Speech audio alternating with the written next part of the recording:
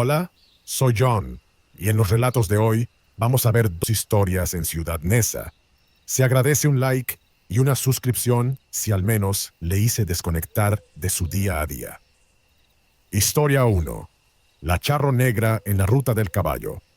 El aire olía a gasolina quemada y tierra húmeda. La última luz del sol se aferraba al horizonte como una herida abierta, teñiendo todo de un rojo enfermizo. Nos apilamos en el coche destartalado de Luis. Las cervezas ya tibias entre las piernas. La música de banda sonando a todo volumen desde los parlantes recortados. «Hoy se arma la buena», gritó Alan, sacando medio cuerpo por la ventana mientras el viento le azotaba el rostro. Reímos, como siempre, como si nada en el mundo pudiera tocarnos. Ciudad Neza quedaba atrás, sus calles repletas de vida y ruido, sus luces parpadeantes como estrellas sucias. Delante de nosotros, solo la carretera rural, un camino de terracería que serpenteaba entre campos abandonados y maleza crecida. Fue entonces cuando lo vimos. Un viejo, encorvado como un árbol seco, apoyado en un bastón nudoso. Sus ojos, opacos y amarillentos, nos siguieron mientras pasábamos. Algo en su mirada me hizo bajar el volumen. «No tomen la ruta del caballo», murmuró su voz como el crujir de hojas secas. Ella no perdona las burlas. El silencio duró apenas un segundo antes de que Kevin soltara una carcajada. «Órale, abuelito. ¿Y quién es ella? ¿Su señora esposa?», se burló, mientras Luis aceleraba, levantando una nube de polvo que ocultó al anciano de nuestra vista. Pero yo no pude evitar mirar por el espejo retrovisor. El viejo seguía allí, inmóvil, su sombra alargándose como algo que se arrastraba hacia nosotros. El camino se hizo más estrecho. Los faros del coche, cortando la oscuridad como cuchillos desafilados. Las ramas de los árboles se enredaban sobre nosotros, formando un túnel que parecía tragarse la luz. El aire se volvió denso, cargado con un olor a tierra revuelta, y algo más, algo agrio, como carne pasada. «¿Alguien más siente que esto se está poniendo raro?», murmuré. Pero mis palabras se perdieron entre el estruendo de la música y las risas de los demás. No lo sabía entonces, pero esa iba a ser nuestra última noche como nosotros mismos. Y ella ya nos estaba esperando. El coche avanzaba a rastras por el camino, los neumáticos crujiendo sobre piedras y raíces retorcidas. La música de banda, antes estridente, ahora sonaba distorsionada, como si algo interfiriera con la señal. Alan golpeó el radio con frustración, pero solo logró que la voz del cantante se alargara en un gemido fantasmal antes de apagarse del todo. «Pinche basura», masculló, arrojando su cerveza medio vacía por la ventana. El vidrio chocó contra algo en la oscuridad, produciendo un clink metálico que resonó demasiado tiempo. Kevin, siempre el payaso del grupo, encendió su celular y alzó la luz hacia su rostro desde abajo, proyectando sombras siniestras sobre sus facciones. «¿Saben lo que dicen de esta carretera?», susurró, exagerando el dramatismo. «Que por las noches, una mujer aparece montada en un caballo negro, pero no cualquier mujer. La charro negra». Luis resopló, ajustando el espejo retrovisor como si esperara ver algo detrás de nosotros. «O sea, como el charro negro, pero con tetas. ¿Esa es tu historia de miedo?». Los demás nos reímos, pero la carcajada sonó forzada, ahogada por el silencio espeso que nos rodeaba. Fuera, los árboles parecían inclinarse hacia el camino, sus ramas como dedos huesudos arañando el techo del auto. «No, güey», continuó Kevin, ignorando las burlas. «Dicen que era una mujer traicionada, que se vistió de charro para vengarse de los hombres que se burlaban de ella. Ahora vaga por estos caminos, buscando a tipos como nosotros». «¿Y qué hace cuando los encuentra?», pregunté, sin querer escuchar la respuesta. Kevin sonrió, pero no alcanzó a contestar. Un golpe seco retumbó en el techo del coche. Todos nos callamos de golpe. ¿Fue una rama?, murmuró Alan, su voz tensa. Nadie respondió. El aire se había vuelto frío de repente, como si alguien hubiera abierto una puerta a un lugar que no debería existir. Mis manos sudaban contra el volante imaginario que no estaba manejando. Entonces, Luis bajó lentamente su ventana y escupió hacia afuera. «¡Ay, charra! Si estás ahí, ven a darnos un beso», gritó, riéndose con esa risa hueca que usaba cuando estaba incómodo. El silencio que siguió fue absoluto, hasta que, muy a lo lejos, algo relinchó. No como un caballo normal, sino como algo que intentaba imitarlo. El relincho se quebró en el aire como un vidrio roto, agudo, antinatural. Mis dedos se aferraron al asiento delantero, las huillas clavándose en el tejido desgastado. Luis pisó el freno bruscamente, haciendo que todos nos sacudiéramos hacia adelante. ¡Kaching! Alan no terminó la frase.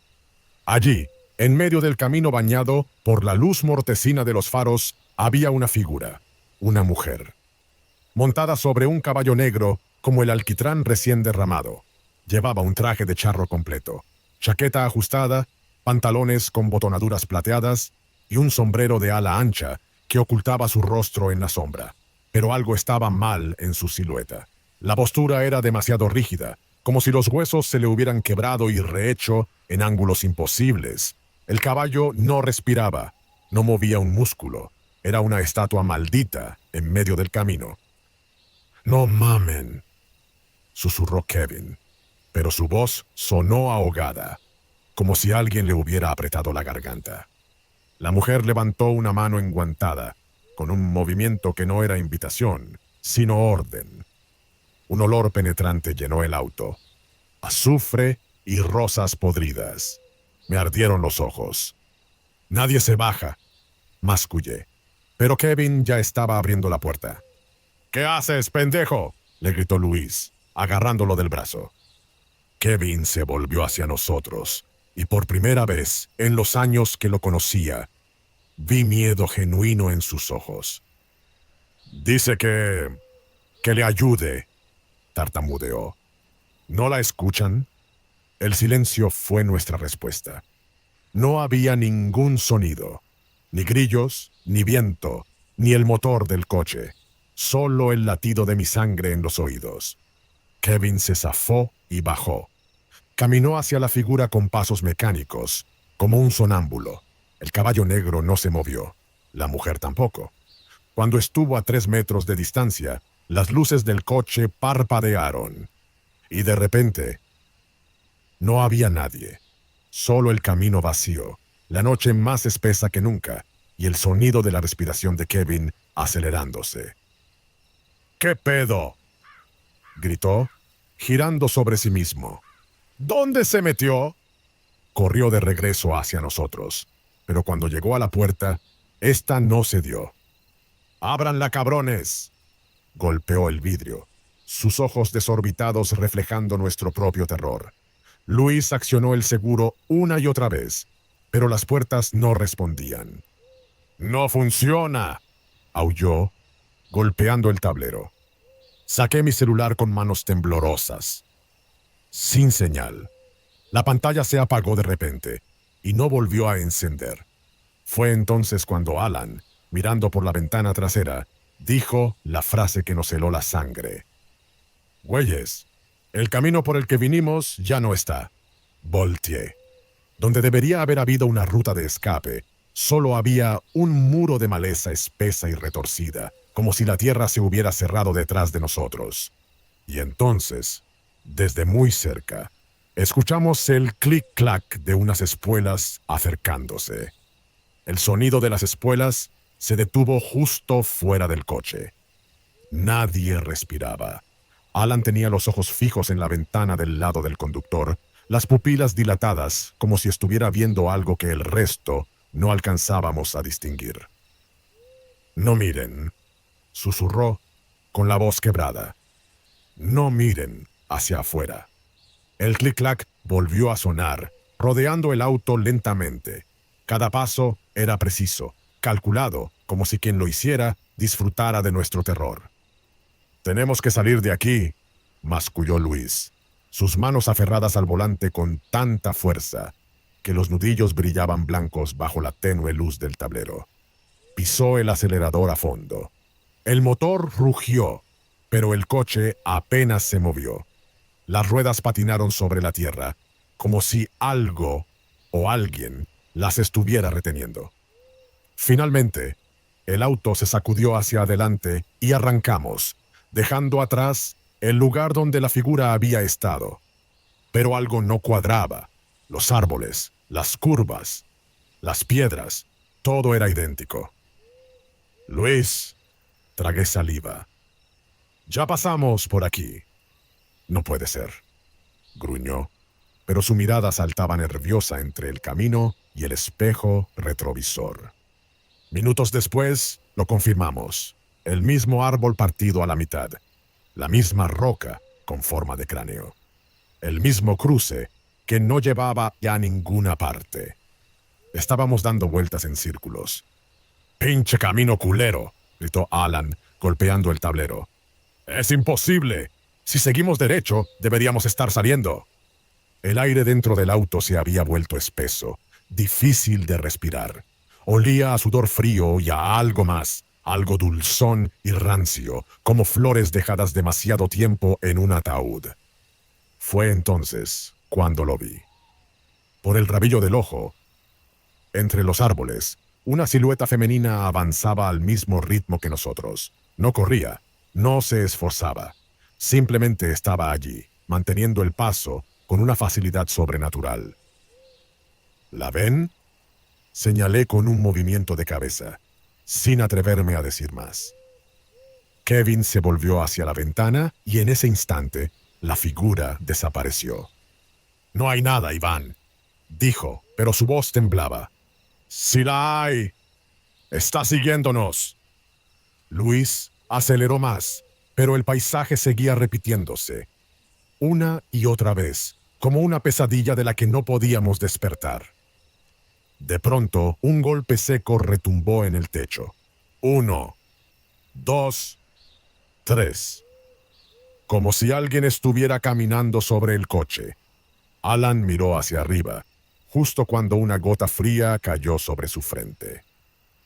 «Está lloviendo», musitó, pasando un dedo por el líquido. Pero no era agua. Era negro, espeso como alquitrán. Y entonces, desde afuera, una risa suave y melodiosa se filtró por las ventanas cerradas. Era una risa de mujer, y sonaba demasiado cerca. La risa se esfumó tan rápido como había llegado, dejando un silencio cargado de algo peor que el miedo. Expectación. Kevin jadeaba en el asiento del copiloto, sus dedos tamborileando contra las rodillas en un ritmo frenético. ¿Escucharon eso?, susurró. «Me está llamando». «Nadie te llamó, pendejo», lo cortó Luis. Pero su voz no tenía la fuerza de antes. Miré por la ventana. Los árboles seguían ahí, inmóviles, pero ahora noté algo que antes no había visto.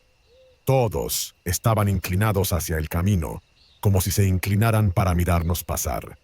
El reloj del tablero marcaba las 3:17 a.m., siempre las 3:17. No avanzaba. «El tiempo no está pasando», dije en voz baja.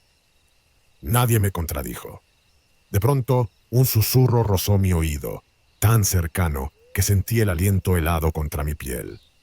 «¿No tienes miedo de quedarte solo, Iván?». Me giré instintivamente, pero no había nadie, solo Alan, pálido, mirándome fijamente. «¿Qué fue eso?», preguntó. Antes de que pudiera responder, Kevin abrió la puerta de un golpe. «Dice que vaya con ella», exclamó, con una sonrisa que no llegaba a los ojos. «¿Qué nos está esperando?». Luis intentó agarrarlo, pero Kevin saltó fuera del auto y corrió hacia la maleza. «Kevin, no», grité, pero él ya se estaba adentrando entre los árboles, donde la oscuridad era más espesa que la brea. Lo vimos desaparecer tras un muro de niebla que no estaba allí segundos antes, y entonces Silencio. Nos miramos, paralizados, hasta que un grito desgarrador cortó la noche. Era Kevin. Pero no un grito de dolor, era de éxtasis. ¡Tenemos que irnos! ¡Ya!, aulló Alan, retrocediendo hasta el centro del asiento trasero, como si las puertas pudieran protegerlo. Luis aceleró, pero el coche apenas avanzó unos metros antes de que algo golpeara el parabrisas.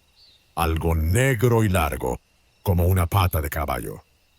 El vidrio se agrietó en una telaraña de fracturas, y a través de ellas vi su sombrero de charro, ladeado, revelando por un instante una boca demasiado roja, demasiado ancha, sonriendo.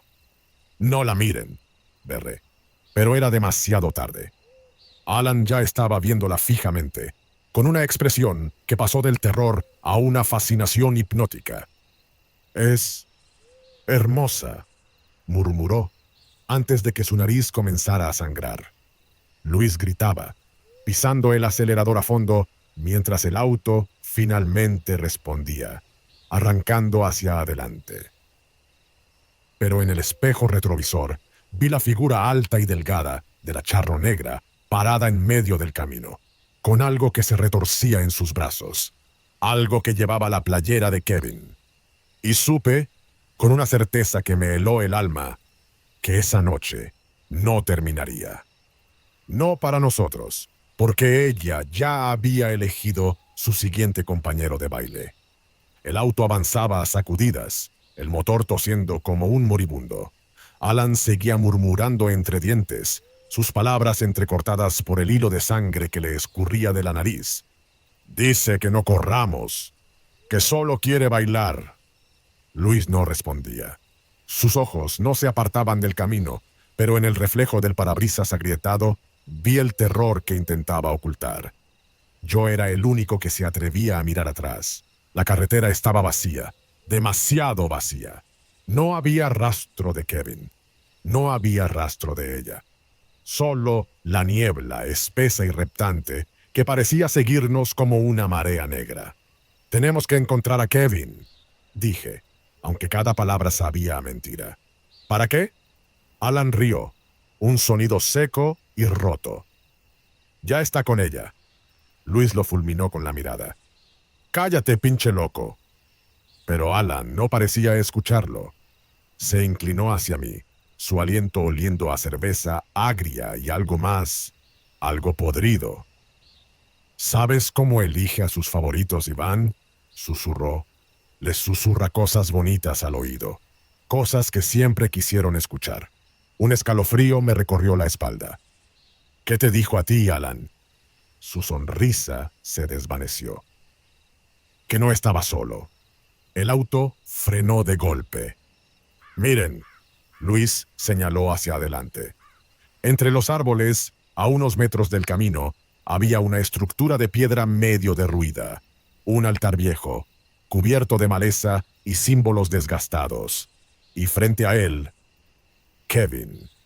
Estaba arrodillado, la cabeza inclinada como en oración, pero no estaba solo.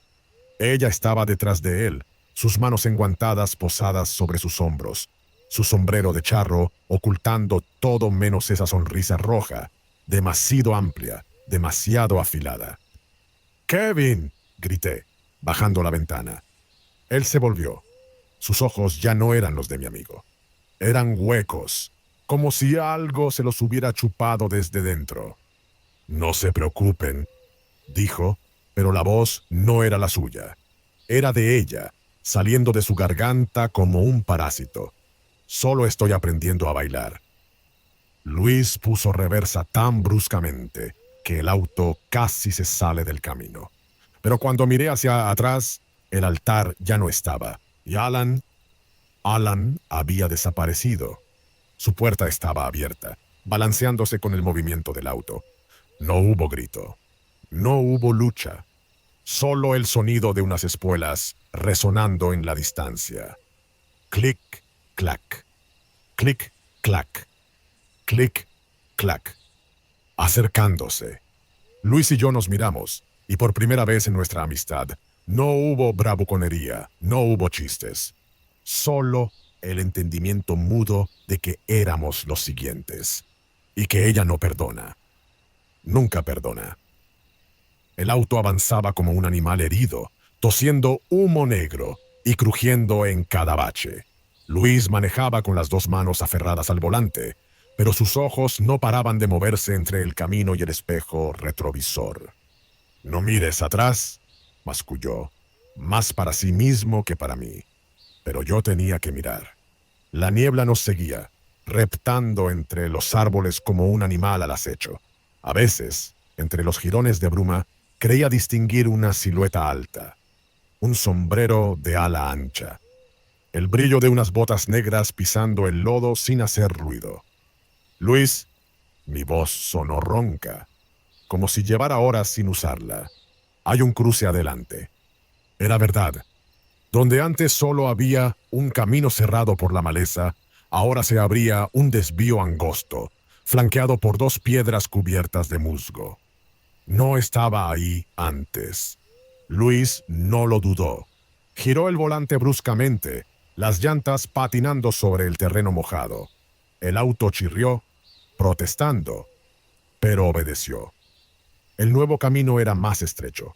Los árboles casi se tocaban por encima de nosotros, formando un túnel que apenas dejaba pasar la luz de la luna. El aire olía a tierra mojada y a algo metálico, como sangre vieja. «¿Escuchas eso?», pregunté, conteniendo la respiración.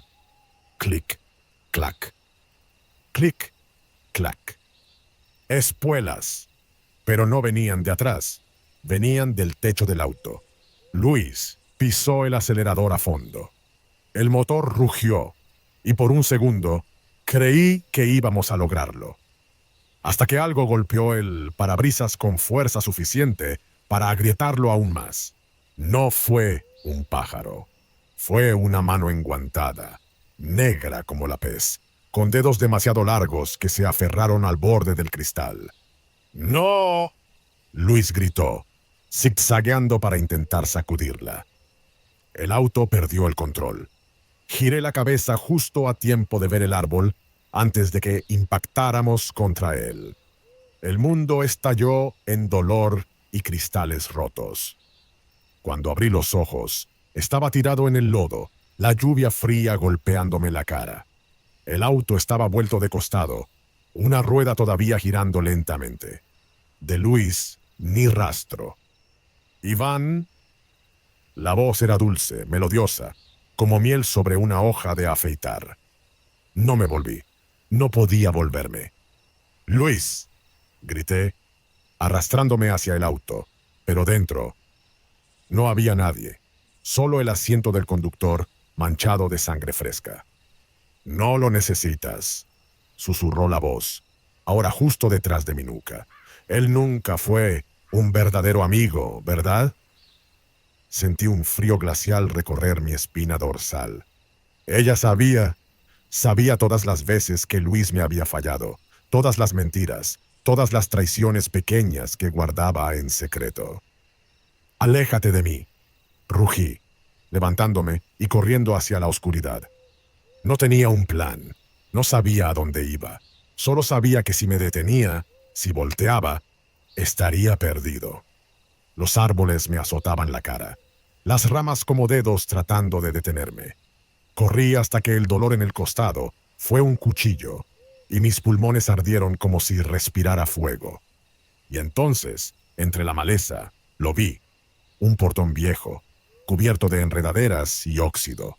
Más allá, el resplandor sucio de las luces de la ciudad. Civilización. Seguridad.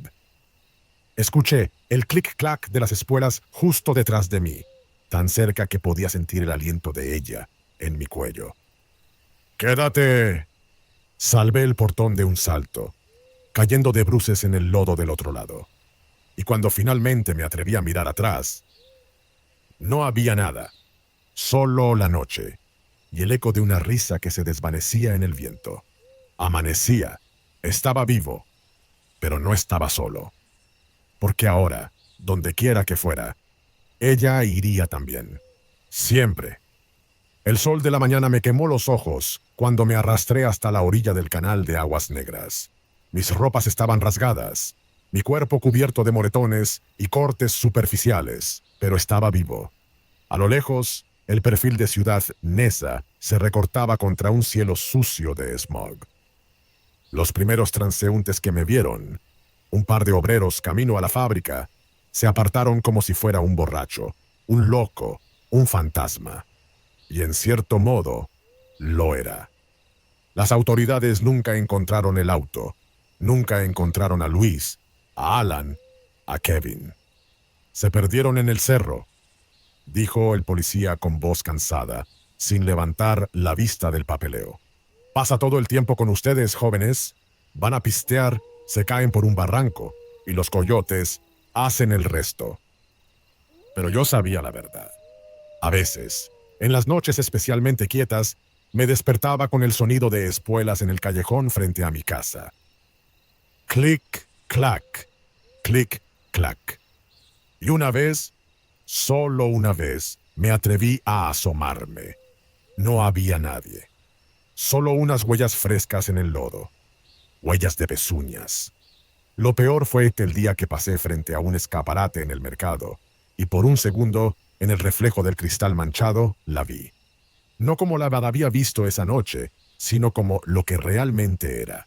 Una silueta alta, demacrada, con un traje de charro que le colgaba de los huesos como piel despellejada. Su sombrero estaba ladeado, revelando una boca que se extendía de oreja a oreja, llena de dientes afilados y negros como el carbón. Y justo antes de que el reflejo se desvaneciera, guiñó un ojo. Ahora guardo todos los espejos en el closet. Duermo con la luz encendida. Y cuando el viento sopla desde el norte, trayendo ese olor a rosas podridas y tierra recién removida, no respiro hasta que pasa. Porque ella no se ha ido. Solo está esperando. ¿Y yo? Yo nunca estaré realmente a salvo. Historia 2. La mujer del charro negro. El motor de mi moto tosió como un animal enfermo mientras recorría las calles desiertas de Ciudad Neza. La noche había caído con un manto pesado, ahogando los colores del barrio bajo una neblina sucia. El olor a concreto húmedo y basura quemada se pegaba a mi garganta. El pedido había llegado tarde, demasiado tarde. Una voz de mujer al teléfono, suave, pero extrañamente distante, como si hablara desde el fondo de un pozo. Samuel, necesito que me entregues esto. Es urgente. La dirección no aparecía en el GPS, solo unas coordenadas aproximadas, hacia las afueras, donde las calles se convertían en terracería y las luces de los postes se espaciaban hasta desaparecer. ¿Señora? ¿Puede confirmarme la ubicación? Pregunté, pero la línea ya estaba muerta. Mis dedos tamborilearon contra el manubrio. Algo no olía bien, literalmente. Un aroma dulzón, como carne pasada, se mezclaba con el viento.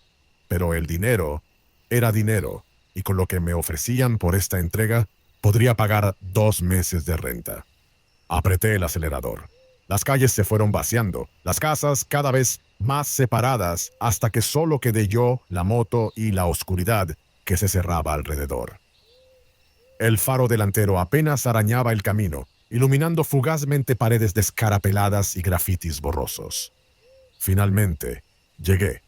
Una casa solitaria, encajonada entre terrenos baldíos. No había cerca, solo un portón de madera carcomida, semiabierto, como una boca esperando a tragar algo. Me bajé de la moto, sintiendo el crujido de la grava bajo mis botas. El silencio era denso, solo roto por el leve zumbido de los insectos y... ¿era mi imaginación o algo más? Un susurro. Samuel. Me volví de golpe, pero no había nadie.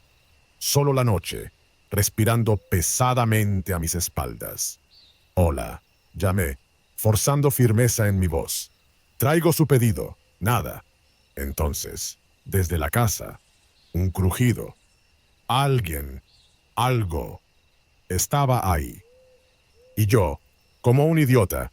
Estaba a punto de entrar. El portón chirrió cuando lo empujé, un sonido agudo, como un grito ahogado. El patio estaba desierto, la tierra agrietada bajo mis pies, y el aire olía a polvo y algo más, algo rancio, como flores marchitas en agua estancada.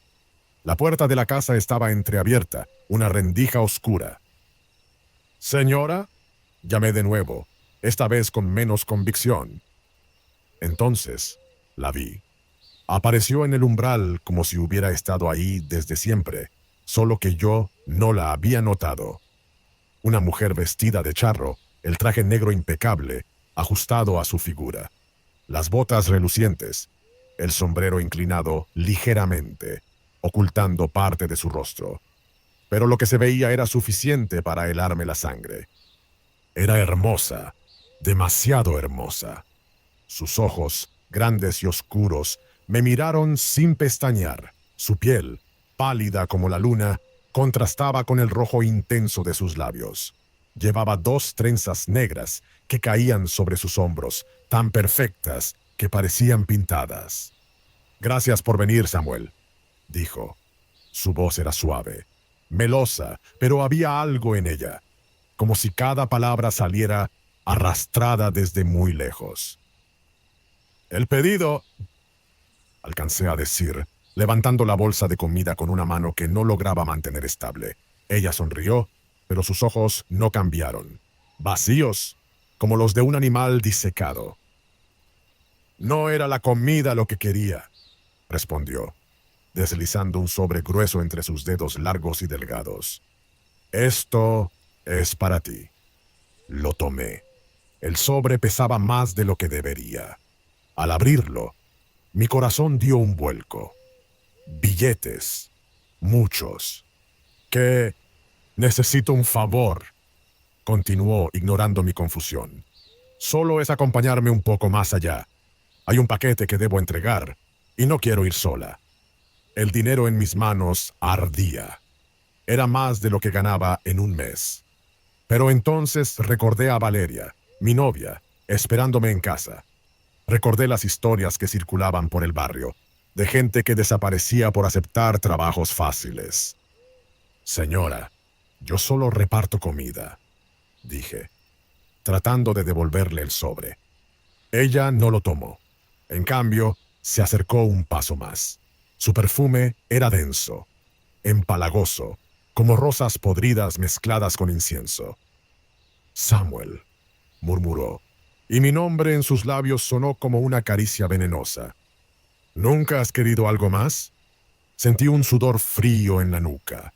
Algo en su mirada me paralizaba, como si ya supiera todos mis secretos, todas mis debilidades.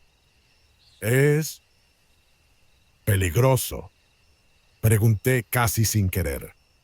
Ella rió, un sonido que no tenía alegría. «Solo un paseo, nada más». Miré el dinero otra vez. Pensé en las deudas, en la mirada decepcionada de Valeria cada vez que no llegaba a fin de mes. «Está bien», dije al fin, metiendo el sobre en mi bolsillo. «Pero rápido». La mujer sonrió y esta vez vi algo en sus dientes, demasiado afilados. «Claro, Samuel», respondió. «Todo será muy rápido». Y entonces, sin más, se dio la vuelta y comenzó a caminar hacia el sendero oscuro que se extendía detrás de la casa. Yo, como un idiota, la seguí. El sendero apareció de la nada, como si la tierra se hubiera amasado y hubiera abierto solo para recibirnos. Un camino angosto, flanqueado por árboles retorcidos cuyas ramas se entrelazaban arriba, formando un túnel de sombras. No había luna, no había estrellas, solo la silueta de la mujer avanzando frente a mí, su traje de charro negro fundiéndose con la oscuridad. «Espere», dije, sacando mi teléfono para encender la linterna. «No veo nada». Pero la pantalla solo parpadeó una vez antes de apagarse. La batería, que minutos antes estaba llena, ahora mostraba un 0% rojo y amenazante. «No la necesitarás», dijo ella sin volverse, su voz flotando en el aire como humo. Un escalofrío me recorrió la espalda. Avanzamos. El suelo crujía bajo mis botas, pero los pasos de ella no hacían ningún sonido, como si no tocara la tierra, como si fuera parte de la noche misma. Entonces lo escuché. Samuel. Mi nombre, susurrado justo detrás de mi oreja. Me giré de golpe, pero no había nadie. Solo el sendero vacío, los árboles observando en silencio. Oye, ¿escuchaste eso? Pregunté, pero la mujer no respondió. Seguía caminando, imperturbable. Samuel. Esta vez era diferente. Era la voz de Valeria, dulce, preocupada, como cuando me llamaba después de una pelea. ¿Val? Murmuré, sintiendo un nudo en el estómago. ¿Por qué estás con ella, Samuel? La voz de mi novia gimió en mi oído. ¿El dinero vale más que yo? No, yo solo... Tragué saliva, los dedos aferrándose al sobre en mi bolsillo. La mujer de charro se detuvo por fin y se volvió lentamente. Su sombrero ocultaba sus ojos, pero sentí su sonrisa. No les hagas caso, dijo. Solo son ecos. ¿Ecos de qué? Pregunté. Pero en ese momento algo frío me rozó la nuca. Un jadeo escapó de mis labios. El sendero ya no era el mismo. Los árboles parecían más cerca, sus troncos retorcidos como brazos intentando agarrarme. Y entre las ramas vi sombras moviéndose. Figuras humanas, pero no del todo. Míranos, Samuel, susurró otra voz. Esta vez era la de mi madre, muerta hace 5 años. Esto no es real, murmuré, apretando los puños. La mujer se rió, un sonido que hizo que los pelos de mi nuca se erizaran. Todo es real, dijo, solo que ahora puedes verlo. Y entonces, sin previo aviso, el suelo bajo mis pies cambió. La tierra firme se volvió ceniza, fina y caliente, como si algo enorme hubiera ardido aquí hace mucho tiempo. El cielo desapareció. Quedamos encerrados en una noche eterna. Y el último susurro llegó, tan claro como si alguien lo hubiera pronunciado contra mi piel. Ya eres mío. La mujer alzó la mano, señalando hacia adelante. Casi llegamos, dijo. Pero yo ya no quería saber a dónde. El aire se había vuelto espeso, como respirar alquitrán caliente. Cada paso que daba levantaba pequeñas nubes de ceniza que se pegaban a mi piel, a mi ropa, a mis labios. El sabor a quemado era tan intenso que sentía que me ahogaba. La mujer caminaba delante de mí imperturbable. Su traje de charro no se manchaba. Sus botas no dejaban huellas. ¿A dónde? ¿Vamos? Logré toser, la garganta rasposa. Ella no respondió. Solo señaló hacia adelante, donde la niebla se espesaba en un remolino lento y perezoso. Entonces lo vi. Una mesa, antigua, de madera carcomida, colocada en medio del sendero como si alguien la hubiera dejado allí esperándonos. Sobre ella, un paquete pequeño, envuelto en tela negra y atado con un cordón rojo. «Tómalo», ordenó la mujer, por primera vez con un dejo de urgencia en su voz. Mis manos temblaban. Algo dentro de mí gritaba que no lo hiciera, que saliera corriendo, pero el dinero en mi bolsillo pesaba como un imán. «¿Qué es?» «Lo que me debes», respondió, y ahora su sonrisa mostraba demasiados dientes. Por aceptar el trato. El paquete era más liviano de lo que esperaba. Casi no pesaba nada. Y sin embargo, al tocarlo, una oleada de imágenes invadió mi mente. Valeria llorando frente a una tumba sin nombre. Mi moto abandonada en un charco de aceite negro. La mujer de charro, ahora sin rostro, abriendo mis costillas con dedos afilados como si fueran papel. Lo solté como si me hubiera quemado. «No, no quiero nada de esto», grité, retrocediendo. Pero la ceniza bajo mis pies ahora era pegajosa, como arena movediza. Cada paso hacia atrás me hundía más. La mujer se acercó, moviéndose contra el viento que ahora aullaba con voces familiares. «¡Traidor!», susurraba Valeria. «Codicioso», rugía mi padre desde más allá de la muerte. «¡Mío!», silbaba la mujer, ahora con la boca abierta en un grin que partía su cara hasta las orejas. Intenté correr, pero mis pies estaban atrapados. El paquete se había desenvuelto solo, revelando un espejo ovalado y viejo. Y cuando miré dentro, no vi mi reflejo. Vi a la Charro Negra, sonriéndome desde el otro lado. «Ya firmaste el contrato, Samuel», dijo, y su voz era un coro de cientos de susurros. «Con cada paso, con cada moneda que tocaste, con cada mentira que le dijiste a tu pobre noviecita». El espejo se empañó. Cuando el vapor se despejó, esta vez sí era mi rostro el que veía, pero mis ojos eran los de ella, negros, vacíos. «Ya eres mío». Y entonces, la ceniza me tragó por completo. El sol de la mañana golpeó el pavimento como un martillo, revelando el charco aceitoso donde yacía mi moto. La bolsa de comida seguía atada al asiento, intacta. El ticket de entrega todavía legible bajo el plástico transparente. Pero yo no estaba allí. Valeria llegó primero. Había pasado la noche llamando, enviando mensajes que nunca se entregaron. Sus zapatos aplastaron la ceniza fresca alrededor de la moto. ¿De dónde había salido tanta ceniza en medio de la calle? Mientras sus dedos recorrían el manubrio, el asiento, como si pudiera sentir mi último contacto allí. «¿Samuel?», su voz se quebró en el aire quieto.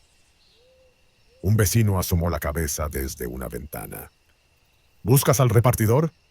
Anoche lo vi pasar con una dama, vestida como de charro, sabe, muy elegante». Valeria palideció. «No hay mujeres así por aquí», murmuró. El vecino solo se encogió de hombros. «Pues él se fue con ella». Caminando hacia el lote baldío del finado Don Lupe. El mismo lote donde hace 20 años encontraron a 3 hombres colgados de un árbol, con las bocas cosidas y espejos rotos en las manos. Para el mediodía, la policía ya estaba allí. Revisaron la moto, los mensajes en mi teléfono, que apareció en el suelo, batería drenada y memoria borrada.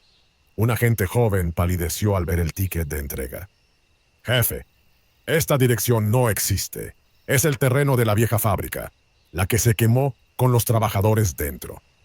Nadie mencionó las huellas en la ceniza, huellas de botas de charro mezcladas con las mías, como si alguien o algo me hubiera arrastrado lejos. Esa noche, Valeria publicó mi foto en todas las redes. «¿Alguien lo ha visto?».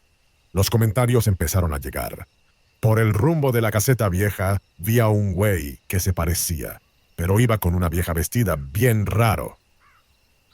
«Mi tío dice que eso es la Charro Negra, que si te para, ya valiste. A mi primo le pasó igual. Nunca lo encontraron». Ella apagó el teléfono con dedos temblorosos.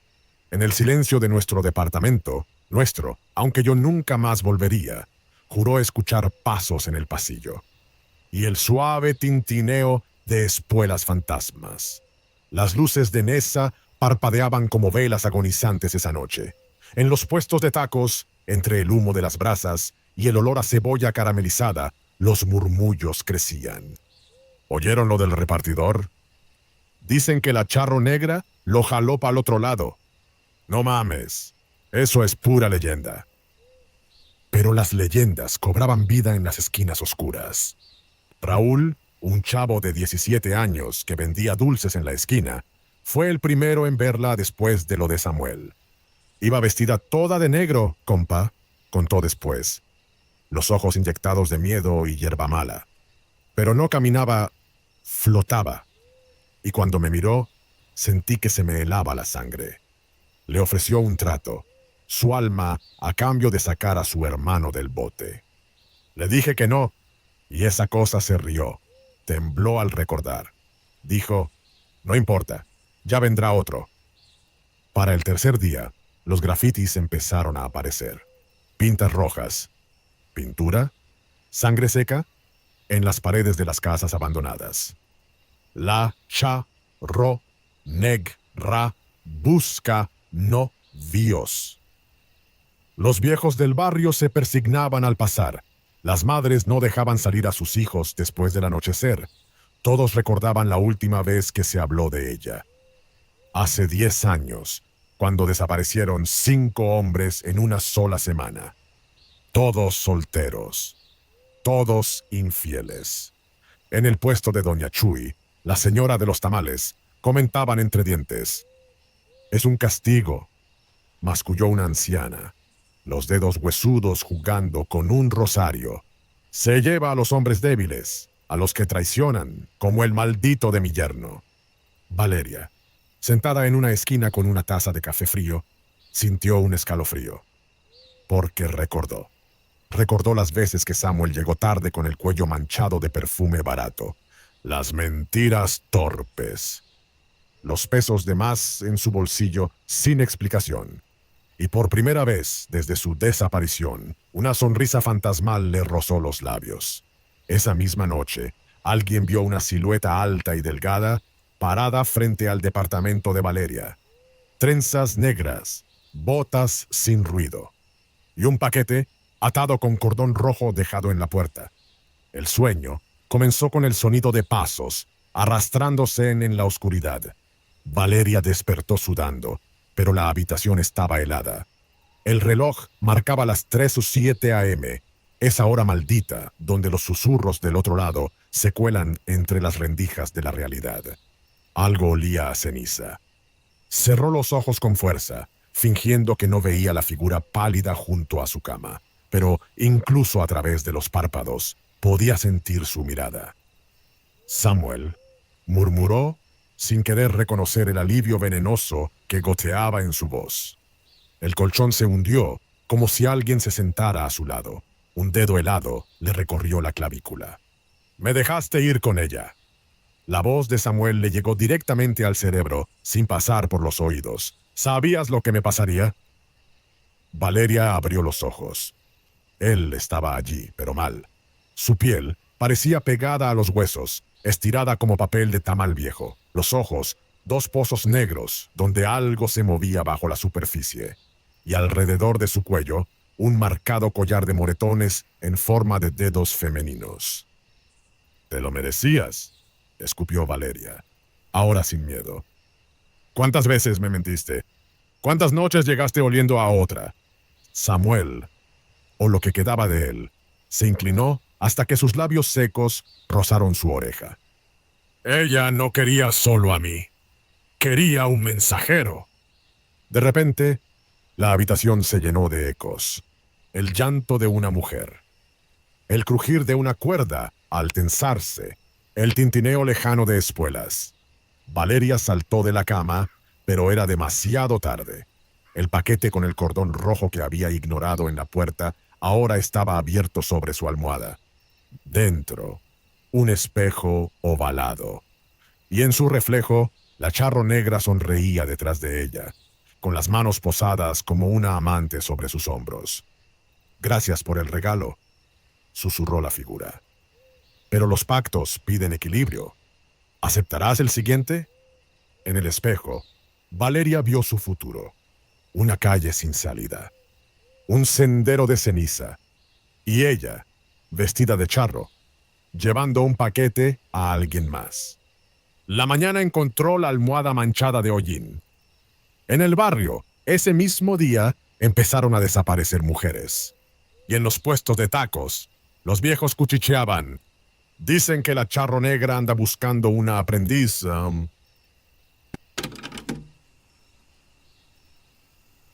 Historia 3. Abuso a la hija de nadie. El calor de Neza era pegajoso, como una segunda piel.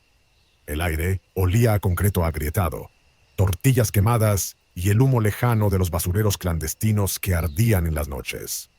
Cuando Tila llegó, traía consigo el olor a tierra mojada, a algo que no pertenecía aquí. La vi desde la ventana de mi cuarto. bajando de la camioneta destartalada que la tía Enedina había mandado. Vestía un vestido largo, desteñido, como si hubiera sido lavado demasiadas veces en aguas oscuras. No levantaba la mirada, llevaba las manos entrelazadas sobre el vientre, como si temiera que algo dentro de ella pudiera romperse. «Es tu prima», dijo mamá, secándose las manos en el delantal. «Va a quedarse con nosotros». Tila no habló, solo asintió. Sus ojos negros, profundos como pozos sin fondo, se clavaron en el suelo. Por las noches, los perros comenzaron a aullar. No eran ladridos de alerta, sino un lamento agudo, desesperado, como si algo los estuviera arrastrando hacia las sombras. Yo me tapaba la cabeza con la almohada, pero el sonido se filtraba, punzante, hasta mis huesos. Una madrugada, desperté con sed. El pasillo estaba oscuro, solo iluminado por la tenue luz de la luna que se filtraba por las rendijas de las ventanas. Al pasar frente al baño, escuché el sonido del agua corriendo. Pensé que alguien había dejado la llave abierta, pero entonces vi la silueta tras la cortina rasgada. Tila se bañaba. No había luz encendida, solo el resplandor azulado de la luna sobre su piel pálida, casi translúcida. Movía las manos sobre su cuerpo con una lentitud ritual, como si estuviera limpiándose de algo invisible. Entonces, algo más llamó mi atención. El rosario colgando de la perilla de la puerta, las cuentas negras brillando como ojos en la oscuridad. Retrocedí sin hacer ruido. No quería que me viera. Al día siguiente, mamá comentó en voz baja: «Esa niña no se baña de día y no deja que nadie se le acerque». Tila seguía sentada en la mesa, mordisqueando un pedazo de pan con movimientos pequeños, precisos, como si temiera hacer algún sonido. Fue entonces cuando noté algo extraño en sus manos, entre los dedos. Algo brillaba. El rosario. Siempre lo tenía con ella. Y en ese momento, aunque no podía explicar por qué, supe que algo en Tila no era humano. Algo en ella estaba roto. Y los perros lo sabían. El calor de la tarde era sofocante, pegajoso, como si el aire mismo se resistiera a entrar en los pulmones. Oscar, mi hermano mayor, estaba inquieto. Lo vi pasar una y otra vez frente al cuarto de Tila, sus ojos brillando con esa mezcla de curiosidad y avaricia que siempre lo delataba antes de hacer alguna estupidez. «¿Qué miras?», le pregunté, aunque ya sabía la respuesta.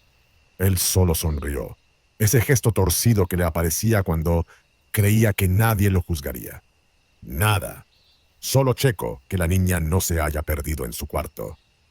Tila casi no salía. Se encerraba por horas, murmurando oraciones en una voz tan baja que parecían susurros de insectos en la noche. A veces creía escuchar algo más, un segundo ritmo de respiración, húmedo, entrecortado, pero lo atribuía a mi imaginación.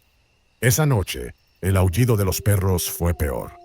Un coro de lamentos que se alzaba desde los patios traseros, como si algo los estuviera arrastrando hacia la oscuridad. Me tapé los oídos, pero el sonido se colaba entre mis dedos, agudo, desesperado. Fue entonces cuando escuché el chirrido de la puerta de Tila abriéndose. Me asomé por la rendija de mi cuarto y vi a Oscar deslizarse dentro, moviéndose con esa torpeza sigilosa de quien cree que no será descubierto. Por un momento, solo hubo silencio. Después, un grito. No fue un grito de sorpresa ni de miedo. Fue un sonido cortante, como el de un animal herido. Tila. Corrí hacia el cuarto, pero antes de llegar, la puerta se abrió de golpe. Oscar salió tropezando, la respiración entrecortada, la cara blanca como la cal. «Está loca», murmuró, y su voz temblaba. «Está pinche loca». No dijo más. Se encerró en su cuarto y no volvió a salir esa noche. Al día siguiente lo encontramos en el patio. El tinaco, ese enorme monstruo de metal oxidado que coronaba nuestra casa, se había desprendido. Cayó desde el techo como un rayo, aplastándolo contra la tierra húmeda. Su cuerpo estaba deforme, irreconocible, como si algo lo hubiera golpeado con una fuerza imposible. Mamá gritó. Papá maldijo. Yo solo pude mirar hacia la ventana del cuarto de Tila. Ella estaba ahí, inmóvil, observando. Sus manos sostenían el rosario, apretándolo con una fuerza que blanqueaba sus nudillos. Y en ese momento, juré que sus labios se movían. No en una oración, sino en una advertencia. Una vecina, la vieja Marta, se acercó a mamá mientras los vecinos murmuraban y los policías preguntaban cosas que nadie sabía responder. Dicen que hay algo que la cuida, susurró, su voz áspera como el roce de hojas secas. Algo del agua.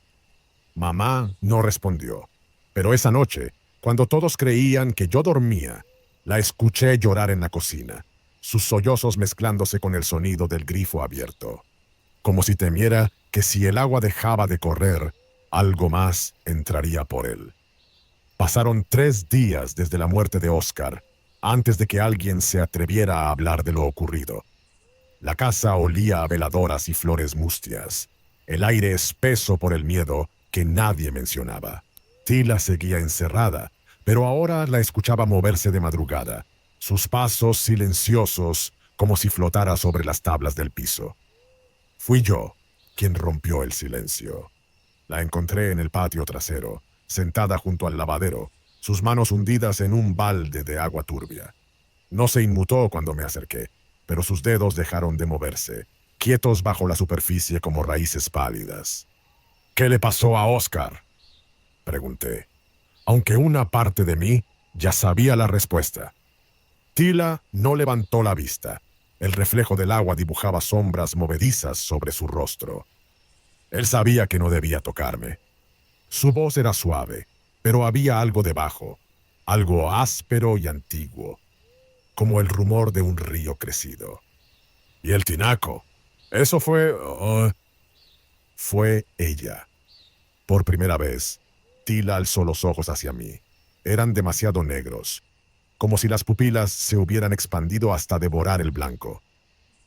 La mujer del agua turbia. El nombre cayó entre nosotras como una piedra en un estanque. Tila me contó entonces de su abuela, de un pueblo en Veracruz donde los soldados llegaban de noche y las mujeres desaparecían entre los cañaverales, de cómo su abuela, desesperada, había caminado hasta el río con una ofrenda de cabellos y uñas, suplicando protección. «Nos cuida», murmuró Tila, sacando las manos del agua. Gotas oscuras caían sobre sus muslos, dejando rastros como lágrimas sucias. Pero solo si nosotras nos mantenemos puras. ¿Puras? Sus dedos se cerraron alrededor del rosario que siempre llevaba. Ningún hombre puede tocarnos. Ni siquiera... Dudó, y por un instante vi en sus ojos a la niña asustada, que era antes que la cosa fría que ahora habitaba su piel. Ni siquiera nosotras podemos tocarnos, excepto bajo el agua corriente. O en sueños. Una gota fría me resbaló por la espalda.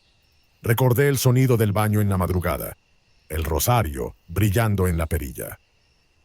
¿Y si alguien te toca? El silencio que siguió fue tan denso que pude escuchar el lejano murmullo del caño en la cocina, como si algo se arrastrara por las tuberías. Ella se encarga. En ese momento, un golpe resonó en la casa. Algo pesado había caído en el baño. Corrimos y encontramos a Ramiro, mi otro hermano, paralizado frente al espejo empañado. La superficie estaba cubierta de gotas, y entre ellas, como si alguien hubiera arrastrado dedos ahogados sobre el vidrio, se leían 2 palabras. No es tuyo. Ramiro no lloró, no gritó. Pero cuando giró hacia nosotras, supe que había visto algo. Algo que se movía detrás de Tila en el reflejo. Algo con ojos demasiado grandes y una sonrisa hecha de algas. El aire en la casa olía a cloro y miedo. Ramiro no durmió esa noche. Lo escuché revolverse en su cuarto, sus jadeos entrecortados mezclándose con el goteo persistente del grifo del baño que nadie se atrevía a cerrar del todo. A la mañana siguiente, sus gritos despertaron a la colonia. «¡No puedo ver! ¡No puedo ver!». Sus manos arañaban sus propios ojos como si intentara arrancarse algo de las cuencas. Pero no había sangre, ni heridas, solo pupilas dilatadas, opacas como perlas ahumadas, reflejando una luz que ya no alcanzaba a procesar. Mamá lloraba mientras llamaban a la ambulancia. Papá maldecía, rompiendo platos contra el suelo como si el ruido pudiera ahuyentar lo que fuera que hubiera hecho esto. Yo fui quien encontró el mensaje. El espejo del baño seguía empañado, aunque hacía horas que nadie usaba la regadera. Entre la neblina, como si alguien hubiera trazado las letras con un dedo putrefacto, se leían las palabras: «No se mira lo sagrado». El olor a agua estancada era insoportable. Tila no apareció hasta el mediodía. Cuando bajó, llevaba el rosario enrollado tan fuerte alrededor de su muñeca que la piel alrededor sangraba. «¿Qué le hiciste?», rugió papá, agarrándola del brazo. El contacto duró menos de un segundo. Un chorro de agua helada brotó violentamente del grifo de la cocina, empapando el piso. Las tuberías gimieron como bestias heridas, y en ese instante juré ver algo moviéndose dentro del agua sucia que se acumulaba a nuestros pies, una sombra rápida, delgada como una anguila. Tila no se inmutó. «Yo no lo toqué», dijo, con una calma que heló la sangre en mis venas. «Ella lo hizo». Papá palideció. La soltó como si su piel hubiera quemado. Esa noche, mientras la familia se apiñaba en la sala, nadie quería estar solo. Escuché a Tila susurrar en la cocina. Me acerqué sigilosamente, pegado a la pared. No estaba hablando sola. El sonido del agua corriendo en el fregadero no ocultaba las otras voces, docenas de ellas susurrando desde el desagüe en un coro de murmullos ahogados. Y Tila, respondiéndoles en ese mismo idioma viscoso, mientras algo mucho más grande que una rata se retorcía dentro de las tuberías. Antes de que pudiera huir, el ruido cesó. Tila estaba ahora mirándome fijamente desde la puerta, su silueta recortada por la tenue luz de la luna que entraba por la ventana. «No deberías escuchar, prima», susurró. Detrás de ella, el grifo goteó una última vez. Era imposible, pero juré que lo que cayó en el fregadero no era agua, era negro, como sangre vieja, como los ojos de Ramiro. La casa se había convertido en un ataúd de murmullos. Papá hablaba en voz baja, con un sacerdote frente a la puerta, mientras el hombre de la cruz escuchaba con el rostro cada vez más pálido. Mamá ya no lloraba. Ahora se mecía en silencio, sus ojos vidriosos fijos en el rosario de Tila, que colgaba del clavo en la pared como un trofeo siniestro. Fue ella quien rompió el silencio esa noche. «Cuéntame», dijo, con una voz ronca que no parecía suya. «Todo». Tila, sentada en el rincón más oscuro de la sala, alzó la vista. Durante días había parecido más sombra que persona, pero ahora, bajo la luz temblorosa de la vela, sus facciones se veían afiladas, casi translúcidas. «Mi abuela no era una bruja», comenzó. «Solo era una mujer con miedo». Y entonces nos contó. Veracruz, ni otros son tres. Los soldados llegaban al pueblo después de la cosecha, cuando las mujeres caminaban solas hacia el río. Se llevaban a las más jóvenes primero. Las encontraban días después, flotando entre los juncos, los ojos llenos de lodo. La abuela de Tila, desesperada, hizo lo que ninguna otra se atrevía. Caminó hasta la parte más profunda del río, donde el agua se volvía negra, y ofreció lo único que tenía: su sangre. Tila rozó la cicatriz en su muñeca, idéntica a la que todas las mujeres de su familia llevaban. Y una promesa: «Protege a las mías, y te daré sus almas cuando mueran». El agua había burbujeado. Algo demasiado grande se había movido bajo la superficie. Y al día siguiente, los soldados comenzaron a desaparecer. Los encontraron ahogados en charcos de un palmo de profundidad, susurró Tila, con las bocas llenas de caracoles vivos. Mamá temblaba. Yo sentía el sabor a cobre en mi boca, como si el relato me hubiera cortado la lengua. ¿Y tú?, pregunté. También le perteneces. Tila no respondió. Solo abrió el puño. En su palma, 3 escamas negras brillaban con un líquido aceitoso. Esa noche, mamá soñó con ella. La mujer del agua turbia no era una sirena ni un fantasma. Era algo más antiguo, algo que se arrastraba de los ríos al mar antes de que los humanos tuvieran nombre. En el sueño, flotaba al pie de la cama. Su cabello hecho de algas podridas, su sonrisa una grieta llena de dientes, como espinas de pescado. Si rompen el equilibrio, susurró, y el sonido era como agua filtrándose en un ataúd. Los tragaré. Mamá despertó ahogándose. La almohada estaba empapada, no de sudor, de agua de canal. Y en el espejo, escrito entre el vapor, una palabra se desvanecía lentamente. Próxima. La decisión se tomó al amanecer, entre murmullos y miradas furtivas hacia el cuarto de Tila.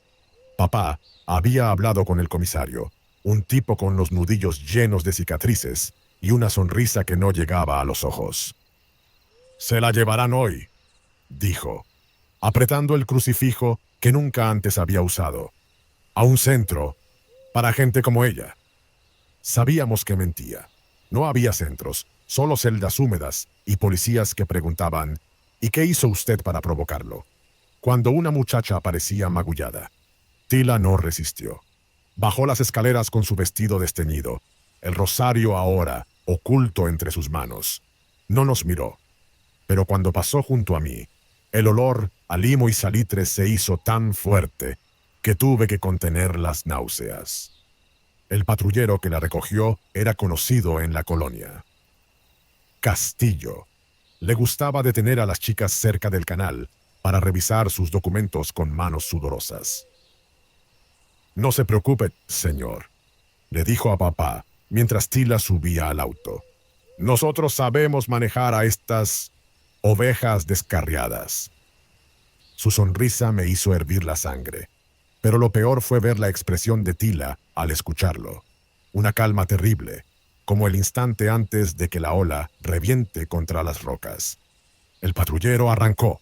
Fue la última vez que vimos a Tila. 2 días después, encontraron el auto. Había volcado en el canal de aguas negras que bordeaba la colonia, pero no había marcas de frenado ni de impacto, como si lo hubieran arrastrado desde el agua. El cuerpo del policía acompañante flotaba en el interior, los ojos reventados por la presión, la boca llena de lombrices acuáticas. De Castillo, ni rastro. Pero en el lodo de la orilla había huellas, de pies descalzos, pequeños, como de mujer, que se adentraban en el canal y desaparecían bajo el agua. Un pescador borracho juró haber visto algo esa noche. «Era una muchacha», balbuceó, oliendo a aguardiente y miedo. «Pero no era humana. Caminaba sobre el agua con los ojos blancos como huevos podridos. Y detrás de ella...» Se cayó de golpe, porque algo golpeó el fondo de su lancha. Algo grande, algo que rió bajo el agua. Esa misma noche, los perros de la colonia comenzaron a aullar de nuevo. Pero esta vez no era de miedo, era de reconocimiento. Algo había vuelto. Y traía hambre. Las primeras muertes empezaron como rumores. ¿Viste lo de Don Chepe? Lo encontraron en su taller, ahogado en un balde de agua sucia. Pero lo raro es que tenía marcas de manos en los tobillos, como si algo lo hubiera jalado desde el drenaje. A Mauricio, el de la tienda, se lo llevaron entre los canales. Dicen que esa noche se escucharon risas de mujer entre los juncos. El güero apareció reventado. Sí, como si hubiera explotado desde adentro. Y adivinen qué le salía de la boca. algas negras. La colonia entera olía a miedo y agua estancada. Las mujeres comenzaron a cerrar sus pozos, a santiguarse frente a las alcantarillas, porque todos los muertos tenían algo en común. Eran hombres, y todos habían lastimado a alguna mujer. Yo lo supe antes que nadie. Una noche, volviendo tarde de la escuela, vi a una niña de no más de 10 años siendo arrinconada por un tipo cerca del canal. Él reía, desabrochándose el cinturón con una mano mientras con la otra le tapaba la boca. Iba a gritar cuando el agua del canal se agitó. No fue una salpicadura. Fue un arranque violento, como si algo enorme hubiera roto la superficie desde abajo. El tipo ni siquiera tuvo tiempo de voltear. Una mano hecha de musgo y huesos emergió, agarrándolo del cuello con fuerza suficiente para que se escuchara el crujido de vértebras. Lo arrastró hacia el agua tan rápido que solo quedó un zapato flotando. Y entonces la vi a ella. No era Tila. Era algo que llevaba su piel, pero los ojos eran demasiado grandes, la sonrisa demasiado ancha, llena de esos dientes como agujas de pescado que mamá había descrito. La niña sollozaba, paralizada. La cosa que había sido Tila se acercó, moviéndose contra la corriente como si el agua la obedeciera. «Nadie te tocará», dijo. Pero la voz era de muchas, un coro de ahogadas hablando a través de su garganta. «Eres hija de nadie, como yo». Le acarició el pelo. Donde sus dedos rozaron, quedaron marcas de humedad que olían a río podrido. Al día siguiente, la niña apareció en la estación de policía. «Una señora mojada me salvó», decía, mecánica, como si hubiera olvidado cómo sentir miedo. Dijo que ahora me cuida. La evidencia más terrorífica llegó por la mañana. Las cámaras de seguridad de la prepa nocturna captaron algo la madrugada anterior. Una figura femenina, flotando a medio metro del suelo frente a la escuela.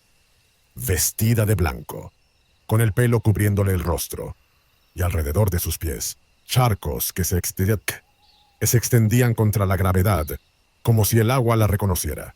La imagen se mantuvo por 30 segundos. Luego, simplemente, se desvaneció. Esa noche, soñé con Tila por primera vez. Estaba de pie en medio del canal, el vestido pegado a un cuerpo que ya no era humano.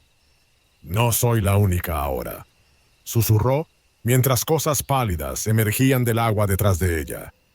«Ella está eligiendo más». Desperté con la boca llena de sabor a cieno, y en el piso de mi cuarto, huellas mojadas que llevaban desde la ventana hasta el borde de mi cama. El padrastro de Yesenia era un hombre de manos grandes y sonrisa cruel. Todos en la colonia lo sabían. Todos lo habían escuchado gritar por las noches. Habían visto a la muchacha llegar a la escuela con mangas largas en pleno verano. Nadie hizo nada, hasta que ella llegó. Yesenia apareció una mañana en la puerta de la casa, descalza, con el vestido rasgado y los ojos vidriosos. En la muñeca llevaba atado un hilacho negro, brillante como escama de pescado. «Ya no me tocará», murmuró, y su voz sonó extraña, como si algo más hablara a través de ella. «Nadie lo hará». Encontraron al padrastro en el baño, arrodillado frente a la taza del inodoro. Le habían arrancado la lengua desde la raíz. Pero lo peor eran los ojos, vacíos, como si algo se los hubiera chupado desde dentro, dejando solo cuencas húmedas llenas de huevecillos de mosco. En el espejo, escrito con lo que parecía lodo sangriento, una frase se secaba. «Las hijas de nadie somos las que más miedo damos». Esa noche, el canal amaneció lleno de peces muertos. Sus cuerpos flotaban panza arriba, mordidos, como si algo más grande los hubiera cazado y luego escupido. Y en medio de ellos, un vestido familiar, el de Tila, empapado, vacío. Pero cuando el más valiente de los vecinos intentó sacarlo, el agua se agitó violentamente. Algo lo jaló de los pies. Solo alcanzaron a rescatar su gorra, llena de algas y dientes pequeños. Ahora, Las historias corren como pólvora por la colonia. Dicen que si una mujer camina sola de noche, a veces ve una figura mojada siguiéndola, pero no para hacerle daño. Que si gritas 3 veces Tila frente al canal, el agua huele a rosas podridas. Que las nuevas protegidas tienen marcas de agua en las muñecas y nunca más sienten miedo. Yo lo sé mejor que nadie, porque anoche, mientras me lavaba las manos, el agua del grifo se volvió negra por un instante, y algo en el reflejo del espejo me sonrió. No con mis dientes, no con mi boca, pero cuando bajé la vista, había 3 escamas negras en mi palma. Y en la colonia, los perros comenzaron a aullar de nuevo.